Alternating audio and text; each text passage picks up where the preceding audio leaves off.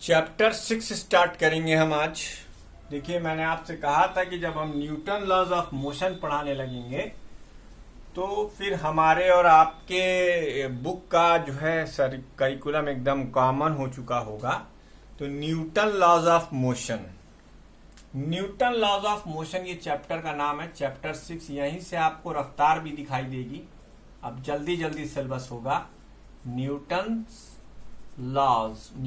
Laws of motion, ये chapter की heading है। ये क्या है? चैप्टर की हेडिंग है न्यूटन लॉज ऑफ मोशन। तो आइए सबसे पहले इसमें हम एक चीज कंसीडर करते हैं, कॉन्सेप्ट ऑफ फोर्स सीखते हैं। कॉन्सेप्ट ऑफ फोर्स क्या है?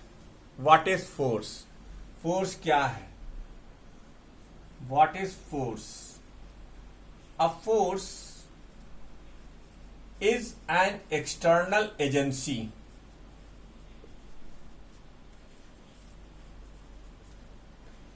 which stop or try to stop a moving object, which stop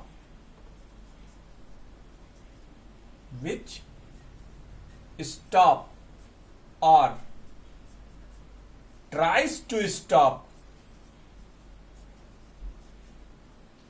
a moving object, किसी मूविंग ऑब्जेक्ट को या तो रोक दे या रोकने की कोशिश करे।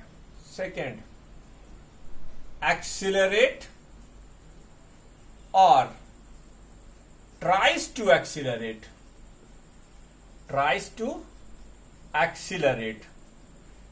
And a stationary object. ये दो काम, सिर्फ ये दो काम। अरे नहीं भाई, ये दो काम नहीं, दो और काम भी करता है। थर्ड देखिएगा क्या करता है? Change or tries to change the direction of motion of the object. Direction of motion of the object. Object की मोशन की डायरेक्शन को चेंज करता है या करने की कोशिश करता है, दोनों केसेस के अंदर। ठीक। और चौथा काम, deform or tries to deform the shape of an object.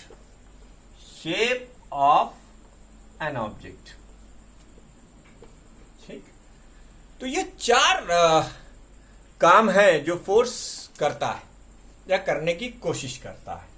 कोई भी एक्सटर्नल एजेंसी हो सकती है जो किसी रुकी हुई बॉडी को चला दे या चलती हुई बॉडी को रोक दे या मोशन की डायरेक्शन को चेंज करने की कोशिश करे या शेप को डिफॉर्म करने की कोशिश करे। आइए हम फोर्स की एक classification according to your curriculum कर देते हैं। फोर्स की एक क्लासिफिकेशन, एक होता है कांटेक्ट फोर्स और एक होता है नॉन कांटेक्ट फोर्स। एक होता है कांटेक्ट और एक होता है नॉन कांटेक्ट। कांटेक्ट का मतलब आप फिजिकली टच करेंगे, जैसे आप फुटबॉल को किक ऑफ करते हैं। ठीक है। किसी ट्रॉली को हाथ से पकड़कर खींचते हैं। ठीक है। पॉट बनाते समय अपने हाथ को यूं यूं घुमा के शेप देता है। ठीक है। तो ये सारे फोर्सेस कांटेक्ट में। If there is actual contact of the external agent, या जिसके ऊपर आप फोर्स लगा रहे हैं उसके साथ आपका एक्चुअल कांटेक्ट अगर होता है तो फिर वो कांटेक्ट फोर्स के अंतर्गत आएगा। और अगर बिना टच किए, जैसे फोर्स ऑफ ग्रेविटी, जैसे मैग्नेटिक फोर्स और जैसे इलेक्ट्रिक फोर्स, ये तीन कॉमन फोर्सेस हैं जो कि नॉन कांटेक्ट की क्लास में आते हैं। ये तीनों फोर्सेस बहुत दूर से ऑब्जेक्ट के ऊपर इंपैक्ट डालते हैं। बिल्कुल जरूरी नहीं है कि ऑब्जेक्ट को टच करें। बिना टच, भाई आप कूदते हैं 50 फीट की हाइट से, तो आप जमीन में क्यों जाते हैं? क्योंकि आप force of gravity directed downward है, 50 फीट ऊपर भी लग रहा है, जबकि आप अर्थ के कांटेक्ट में नहीं है, तब भी आपके ऊपर फोर्स ऑफ ग्रेविटी लग रहा है। वैसे ही मैग्नेट भी जो होता है, मैग्नेट किसी कॉइन को या किसी भी मैग्नेटिक मटेरियल को बहुत दूर से ही अट्रैक्ट करना शुरू कर देता है, जबकि कांटेक्ट में नहीं होता है। ऐसे ही लाइव वायर के पास घेर दिया जाता है ताकि आप एक डिस्टेंस बना के रखें, अदरवाइज वो भी एक ऐसा नॉन कांटेक्ट फोर्स है जो आपको अपनी तरफ अट्रैक्ट कर लेगा।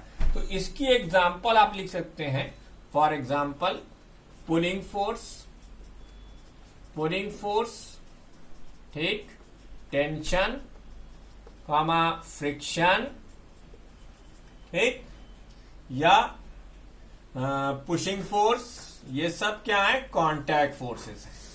पुशिंग फोर्स एक्सेट्रा, ये सिचुएशन पर डिपेंड करेगा कौन सी सिचुएशन में कौन सा काम करेंगे। नॉन कांटेक्ट फोर्स जो बिना एक्चुअल कांटेक्ट के एक्ट करें, तो फॉर एग्जांपल ग्रेविटेशनल फोर्स, कौन सा फोर्स, ग्रेविटेशनल फोर्स, ठीक। दूसरा इलेक्ट्रिक फोर्स, ठीक, ये इससे बहुत कायदे से परिचय आपका इसी साल कराऊंगा। ग्रेविटेशनल फोर्स है, इलेक्ट्रिक फोर्स और मैग्नेटिक फोर्स आपका 12th में आएगा, लेकिन फिलहाल ये नॉन कॉन्टैक्ट फोर्सेज होते हैं। तो ये थी फोर्स के बारे में पूरी जानकारी।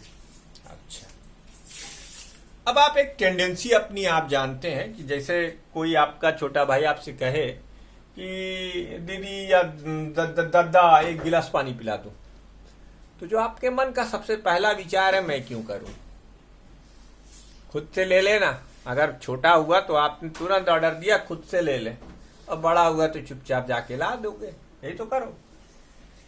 ये जो तुम बैठे हुए थे और तुम्हारी इच्छा थी कि तुम ना उठो, ऐसे ही हर ऑब्जेक्ट की अपनी एक इच्छा होती है कि वो जिस स्टेट में है उसे उसी स्टेट में रहने दो। इसी इच्छा का नाम इनर्शिया है, इसी इच्छा का नाम इनर्शिया है। The property of an object by virtue of which it have tendency to resist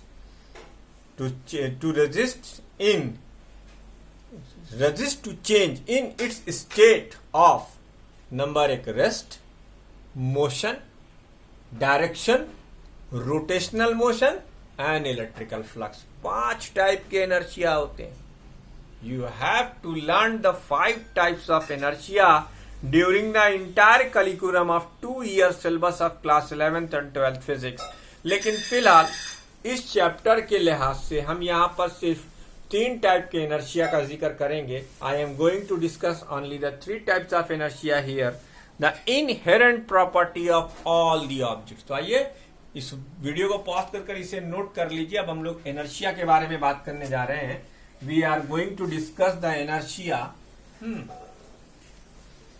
Inertia क्या होती है? The inherent property of the object। The inherent property of all the object।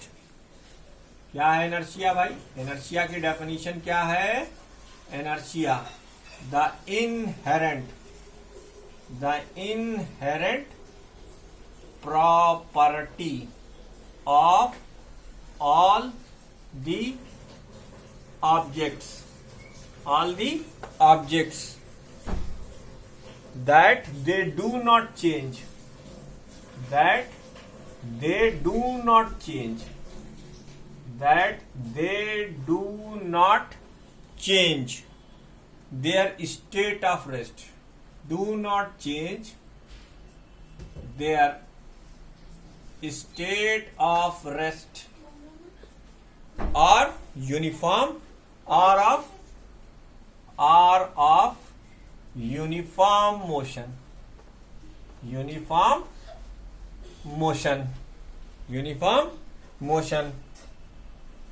is known as inertia। The inherent property of all the objects that they do not change their state of rest or uniform motion unless acted upon by an uniform motion, unless acted upon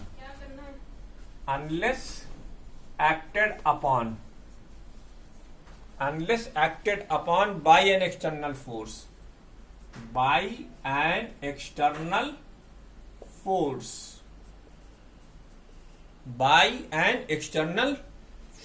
is called inertia, इसे हम inertia कहते हैं। Inertia वो property होती है जो आपकी rest की पोजीशन को, आपकी यूनिफॉर्म मोशन की पोजीशन को, या आपकी स्ट्रेट लाइन डायरेक्शन को के चेंज का अपोज करती है। कब? जब आप उसके ऊपर एक फोर्स लगाते हैं, तो उसे हम इनर्शिया कहते हैं। डिपेंडिंग अपॉन द सिचुएशन, फिलहाल यहां पर हम इनर्शिया 3 टाइप के क्लासिफाई कर देते हैं। Inertia of rest, inertia of motion और इनर्शिया ऑफ डायरेक्शन। ये 3 टाइप के इनर्शिया हो सकते हैं। इनर्शिया ऑफ रेस्ट का मतलब क्या हुआ?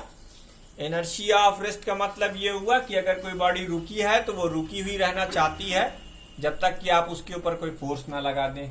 इनर्शिया ऑफ मोशन, बॉडी चलना चाहती है, चलते रहना चाहती है जब तक कि आप उसके ऊपर कोई फोर्स ना लगा दें। इनर्शिया ऑफ डायरेक्शन, बॉडी अपनी डायरेक्शन को चेंज नहीं करना चाहती जब तक कि आप उसके ऊपर कोई फोर्स ना लगा दें।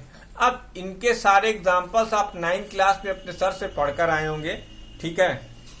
द इनएबिलिटी कहो तो डिफाइन कर दे भैया। The inability of a body to do not change itself. The in अमा लिख तो यार, क्या बिगड़ जाता है। The inability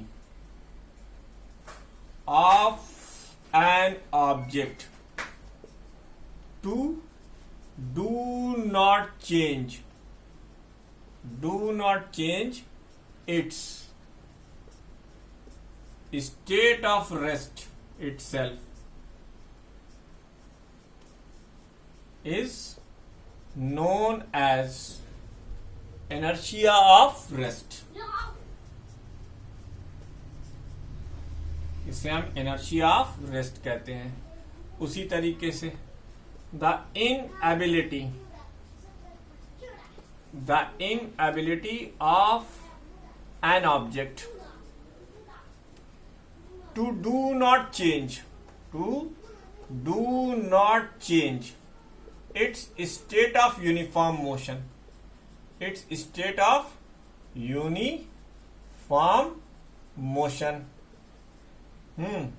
is known as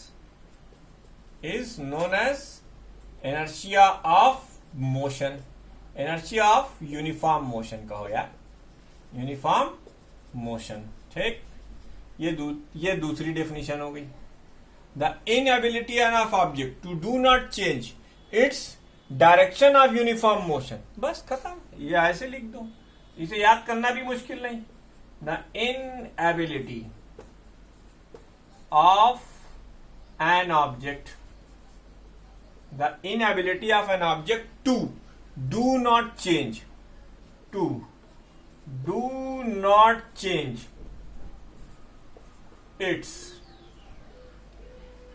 its state of direction of uniform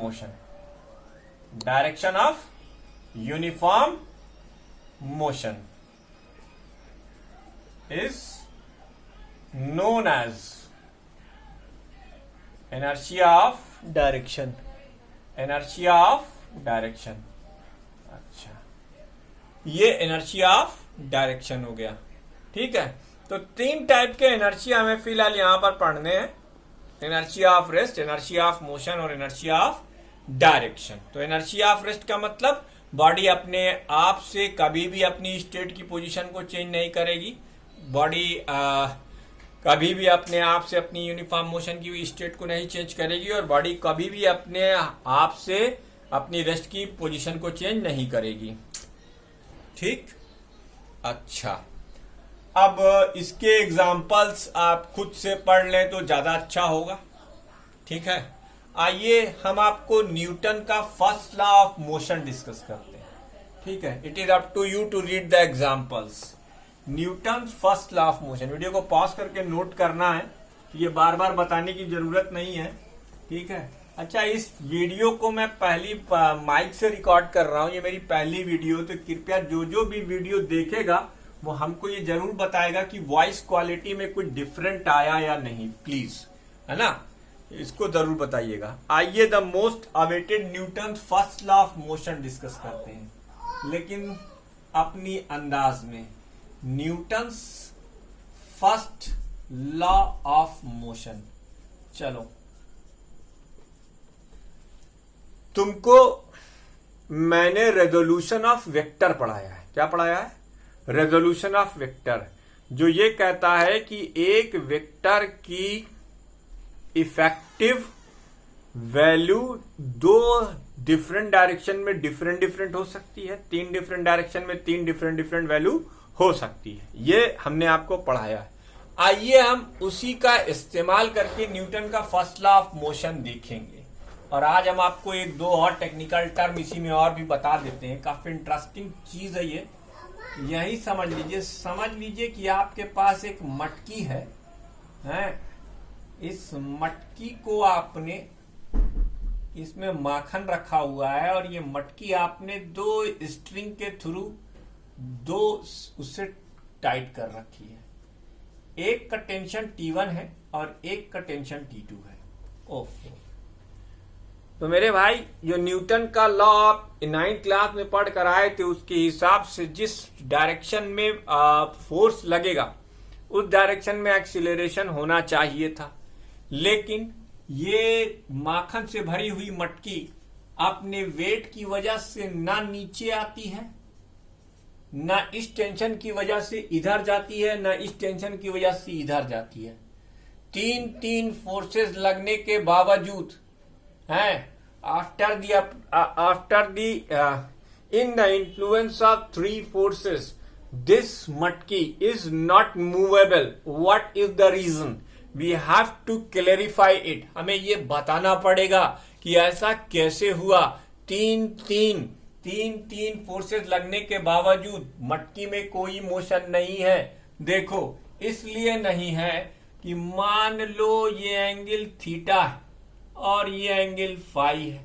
अब इसी मटकी के ऊपर तीन फोर्सेस कुछ यूं दिखा दो। अब मटकी को हम पॉइंट ऑब्जेक्ट मान रहे हैं। याद करो, पॉइंट ऑब्जेक्ट मानने का कॉन्सेप्ट मैं तुम्हें सिखा चुका हूं। मोशन इन वन डायमेंशन में बेईमानी मत करना, समझ गए? ये देखो फाई। अब तेरा क्या होगा कालिया? यहां पर T1 और T2 दो वेक्टर है और mg भी एक वेक्टर है। ठीक है भैया, देखो ये T1 थीटा एंगल पर लगा हुआ है। T1 किस पे लगा हुआ है? थीटा एंगल पर लगा हुआ है। मेरे भाई एक काम करो, इसको दो हिस्सों में बांट लो। एक ये हो गया T cos थीटा और ये हो गया T sin थीटा। अब ये मत कहना कि तुमको मैंने ये नहीं सिखाया है। ये इफेक्टिव वैल्यू ऑफ T1, ये क्या है? बेस कंपोनेंट, और ये क्या है? Perpendicular component. वैसे ही देखो, T1 T2 cos थीटा, और यहां पे हटाओ इसको जरा इधर, तो यहां लिख दो T1। ये क्या है? T2 sin theta. अब देवियों और सज्जनों, जरा इस डायग्राम पर ध्यान सुनो, ध्यान से देखो। तो T1 sin theta plus T2 sin theta की डायरेक्शन अपवर्ड है और mg की डायरेक्शन डाउनवर्ड है। T1 cos थीटा दाएं बाजू, T2 cos थीटा बाएं बाजू है। तो इसका मतलब क्या हुआ कि हम लिख सकते हैं T1 sin theta plus T2 sin theta is equal to m into g. क्या लिख सकते हैं? T1 sin theta plus T2 sin theta is equal to mg, और T1 cos theta is equal to T2 cos theta. एक बात बताओ यार, जब ये T1 sin theta plus T2 sin theta mg से बैलेंस्ड है और T1 cos theta T2 cos theta से बैलेंस है, तो ये मटकी कहां भाग के जाएगी? कहीं नहीं। तो नेट फोर्स क्या हो गया? जीरो हो गया। यही सर आइजैक न्यूटन कहते हैं। सर आइजैक न्यूटन कहते हैं कि if the vector sum of all the forces. अब देखो यहीं पे हम लिखेंगे, ये तो एग्जांपल से समझा दिया, ये तो एग्जांपल हो गया। अब न्यूटन का second first law of motion देखो।